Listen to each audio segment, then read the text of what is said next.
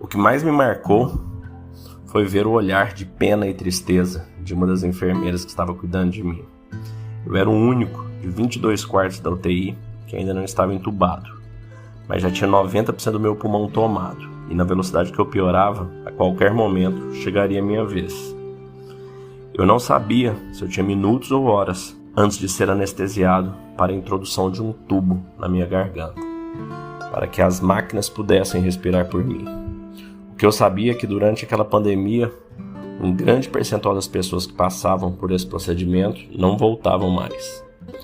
Durante aquele momento eu pensava com tristeza em meus filhos gêmeos, Theo e Luca, com 10 anos, que talvez fossem crescer sem minha presença. Eu pensava em minha família, minha esposa, meus pais, irmãos, amigos, a quem nem tive tempo de despedir e que por conta do isolamento da UTI e do Covid, talvez nunca mais tivesse essa oportunidade. Eram tantas coisas que eu ainda queria fazer nessa vida e, no entanto, me sentia como se estivesse muito próximo de partir. Durante aqueles dias, enquanto eu lutava para melhorar, respirando com auxílio de oxigênio, que estava sempre no limiar máximo possível antes da intubação, eu pude repensar muita coisa na minha vida. Quanto tempo eu havia me preocupado com coisas materiais, fúteis, e que agora não via nenhum sentido. Quanta ansiedade eu cultivei ao longo dos meus anos com trabalho, negócios, ganhos e perdas materiais, opiniões dos outros e tantas outras questões que naquele momento eu pude perceber o quão pouco importante, quão passageiro e insignificante tudo aquilo era. Nossa vida pode mudar em segundos e o quanto o nosso tempo aqui é rápido, fugaz. Nós sabemos que nós somos imortais, que vamos morrer algum dia. Afinal, ninguém nunca escapou da morte. Mas a gente não pensa sobre isso. E este algum dia, a gente sempre projeta ele muito para frente. Esta experiência me fez projetar esse momento da morte para as próximas horas ou minutos. E foi muito impactante e transformadora na forma como eu passaria a me relacionar com a vida. Eu ainda não sabia, mas o que eu estava fazendo ali era um exercício de reflexão estoico, chamado de Memento Mori, com mais de 2.300 anos. Graças a Deus e ao trabalho incrível dos médicos e da equipe, eu melhorei e me recuperei, sem nenhuma sequela. E hoje eu estou aqui com vocês. Meu nome é Léo Simão, sejam bem-vindos à comunidade da Meditação Estoica. Quando eu saí do hospital, aos poucos eu fui retornando minhas atividades, mas eu fui percebendo que eu não era mais a mesma pessoa. O trabalho, os relacionamentos, minhas antigas rotinas e atividades, nada fazia para mim o mesmo sentido de antes. Essa experiência para mim foi um choque de realidade muito grande. Eu comecei a sentir triste, sem energia, sem motivação, mesmo para fazer coisas que antes eu tinha muito prazer em fazer. Eu estava provavelmente com uma depressão em algum grau. Aquela proximidade que eu tive com a morte havia me mudado com uma intensidade que eu não compreendia ainda. Comecei a buscar sentido para a minha vida. Li a Bíblia inteira 2 vezes, nunca tinha lido ela antes. Livros espíritas, budistas, hinduístas e outros istas aí. E a Bíblia é um livro incrível, mas ela é também incrivelmente complexo. As mensagens de Jesus são maravilhosas e perfeitas. No entanto, muitas delas me colocaram num conflito de existência ainda maior. Afinal, no nosso dia a dia, muitas vezes é muito difícil para nós, em nosso atual estágio de evolução espiritual, aplicar tanto amor, tanta compaixão, tanta entrega e tanta devoção, enquanto a gente tenta pagar nossas contas no mercado extremamente competitivo e implacável. O meu conflito interno cresceu. Era como se os fios da minha mente estivessem ainda mais desencapados e dando curto. Eu estava bem perdido. Até que eu tive contato com uma filosofia chamada de estoicismo. Foi quando tudo mudou na minha vida. Eu já tinha escutado falar em estoicismo, muito superficialmente. Eu tinha escutado dizerem que fulano teve um comportamento estoico, ao qual eu associava uma pessoa fria, sem sentimentos, uma descrição que não poderia estar mais distante da realidade. Eu comecei a dar uma mergulhada nessa filosofia, a ler, a escutar, tudo que tinha disponível. Descobri que ela foi fundada 2.300 anos atrás por Zeno, que era um comerciante que naufragou na Grécia, perdeu tudo e ainda disse a frase: bom, parece que os deuses me deram mais tempo para filosofar. foi tudo baseado nos princípios de Sócrates, né? Eu descobri que é uma filosofia dogmática, não tinha nenhum aspecto religioso, focada só realmente nas questões éticas, morais, de conduta. Ela foi disseminada por Marcos Aurelius, que foi um dos maiores imperadores do Império Romano, que ele escreveu em seu diário pessoal muito do legado do estoicismo que chegou até nós.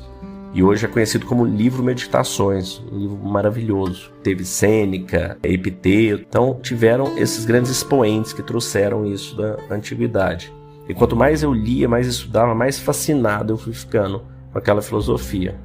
Aos poucos as coisas começaram a fazer muito sentido para mim. Era como se eu tivesse encontrado um manual, um passo a passo, de como a gente pode controlar nossos instintos, emoções, manter a paz, a serenidade de uma forma muito mais estável, muito mais permanente.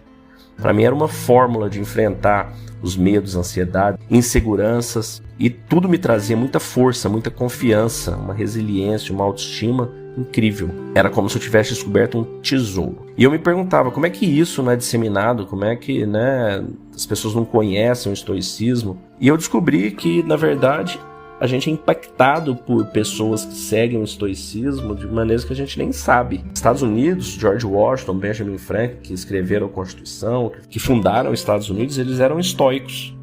Se eles não tivessem fundado os Estados Unidos com aquela Constituição, boa parte das constituições dos países ocidentais, em busca de conceitos de liberdade, justiça, não existiriam. Então, o estoicismo, ele, sem saber, ele nos impacta a todos, né? Contemporaneamente, se você pegar Winston Churchill, era estoico, Bill Clinton lê meditações todo ano, Nelson Mandela falou que sem meditações não conseguiria ter passado os 27 anos presos que ele passou. E desde empresários de sucesso do Vale do Silício, treinadores, jogadores do futebol americano, NBA, generais e tantas outras personalidades que você não tem ideia, que fazem parte, cuja vida é pautada pelos princípios do estoicismo. Eu falei, bom, como é que eu faço para compartilhar isso? Comecei a comprar livros para dar para os amigos, para a família. E aos poucos eu falei, poxa, eu queria deixar isso para os meus filhos, um legado para os meus filhos. Eles entenderem essa filosofia através de mim. E eu falei, bom, uma forma de fazer isso é eu gravar um podcast. Até porque o estoicismo é também sobre compartilhar as coisas com as pessoas, sobre melhorar o mundo, sobre ajudar outras pessoas. Então eu resolvi iniciei o podcast Meditação Estoica aí no início de 2022. Me coloquei como meta fazer um por dia, principalmente para me forçar a todo dia estudar, ler, porque, gente, como tudo na vida, né? Você quer ser bom em algum esporte, nos negócios, no trabalho, você tem que se esforçar bastante, não vem de graça. Então o estoicismo é a mesma coisa, se você quer se esforçar para ser uma pessoa melhor, você tem que estudar, você tem que estar em contato com aquilo ali. Falei, bom, vou fazer um episódio por dia. E tô sem falhar, até hoje não falhei nenhum dia, estamos aí já próximo do episódio 300. E foi acontecendo uma coisa muito incrível. Fiz uma página no Instagram, Facebook, e hoje são aí mais de 100 mil pessoas seguindo, escutando, mandando mensagem, trocando ideia. Foi virando uma coisa muito bacana, muito gratificante. Fui percebendo que estava ajudando, impactando pessoas que eu não conhecia no Brasil todo, fora do Brasil também. Isso foi me deixando muito feliz de verdade. E as pessoas aos poucos foram me perguntando. Você olhar no Instagram aí, você vai ver muita gente. Eu mandava perguntando os principais sentimentos, como é que o estoicismo tem ajudado elas, e elas iam falando temas específicos. Como é que pode me ajudar com depressão, com tristeza, com término de relacionamento, com luto, com a baixa estima, como é que eu posso ter mais felicidade, abundância, paz, como é que eu posso ter isso? E eu fui olhando e fui indicando, né? Porque já com 300 episódios aí, é muito material, é muita coisa bacana. E eu fui organizando e passando quais que eram essas mensagens, que quase que como uma pílula, né? Conseguiam amenizar e melhorar aquele sentimento. Porque as questões humanas são as mesmas de hoje do que elas eram há 2.300 anos atrás. Então por que a gente não vai se apoiar num conhecimento trazido a nós por mestres, por gênios que já caminharam nesse planeta, e nós estamos aqui dentro das nossas mentes tentando reinventar a roda, tentando reinventar esse conhecimento. Esse conhecimento, essas respostas já foram dadas muitas vezes. Ela não tinha chegado até você, até agora, até mim, até recentemente, né? Então eu fui organizando todo esse material, organizando esse podcast, e eu resolvi agora dar um novo passo. E esse novo passo é criar a comunidade da meditação estoica. Na verdade, a comunidade já existe, ela está aí nas mídias sociais, está no podcast, é diário que eu vou fazendo. Só que aqui o convite é para a gente aproximar mais, é para a gente poder trocar ideia, é para a gente ter um ambiente semanal onde a gente conversa, olhando o olho no olho, onde a gente troca mensagem no Instagram, onde a gente se apoia nessa comunidade para a gente melhorar. Porque a gente tropeça no dia a dia, a gente precisa trocar conhecimento, trocar informação, discutir tudo isso, né? O estoicismo vem de estoa, que era basicamente um pórtico, um portal onde os filósofos conversavam, sentavam para trocar ideia ali. E a ideia é a gente fazer essa estoa moderna, né? Nós vamos fazer ela digital, nós vamos fazer ela utilizando a tecnologia que nós temos hoje, que dá para nos conectar em milhares de pessoas no mundo inteiro, à distância, no momento que a gente pode, da forma que a gente pode. E como disse Marcos Aurelius, nós somos feitos um para o outro, para nos ajudar, para trabalharmos juntos. Se uns sofrem, todos sofremos. Se algo não é bom para uns, não será bom para ninguém. Estamos todos interconectados. O que faz mal à colmeia, faz mal à abelha. Ou seja, nós somos seres sociais conectados. E aqui dentro dessa comunidade a gente vai aprender com material diário, com discussões semanais, essa filosofia, com mais de 2.300 anos, né, uma filosofia milenar, que ao longo dos séculos veio norteando mentes e pessoas incríveis que passaram no planeta. E para participar é muito simples, basta você se inscrever, ter uma pequena contribuição mensal simbólica, ela tem um propósito tanto de estimular o seu compromisso, quanto com a manutenção e a propagação da mensagem do estoicismo para todas as pessoas. Não tem tempo mínimo de permanência, você pode cancelar quando quiser.